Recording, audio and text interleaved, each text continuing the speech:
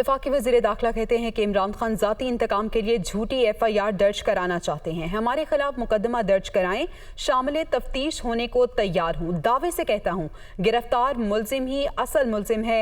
वज़ीर दाखिला राना सनाउल्लाह की जानिब से कहा गया कि स्टेट को अपनी मुद्दत में मुकदमा दर्ज करना चाहिए। तो इमरान खान ज़ाती इंतकाम के लिए झूठी FIR दर्ज कराना चाहते हैं। वफाकी वज़ीर दाखिला राना सनाउल्लाह की जानिब से ये कहा गया है, वो कहते हैं कि हमारे खिलाफ मुकदमा दर्ज कराएं, शामिल तफ्तीश होने को तैयार हूं, लेकिन दावे से ये बात कह सकता हूं कि गिरफ्तार मुलजिम ही असल मुलजिम है। स्टेट को अपनी मुद्दत में मुकदमा दर्ज करना चाहिए। राना सनाउल्लाह की जानिब से ये बताया जा रहा है। वज़ीर दाखिला राना सनाउल्लाह कहते हैं कि मैं दावे से कहता हूं कि गिरफ्तार जो मुलजिम हुआ है असल मुलजिम वही है। हमारे खिलाफ मुकदमा दर्ज कराएं, शामिल तफ्तीश होने को तैयार हैं। इमरान खान ज़ाती इंतकाम के लिए झूठी FIR दर्ज कराना चाहते हैं। वफाकी वज़ीर दाखिला राना सनाउल्लाह की जानिब से ये कहा गया है।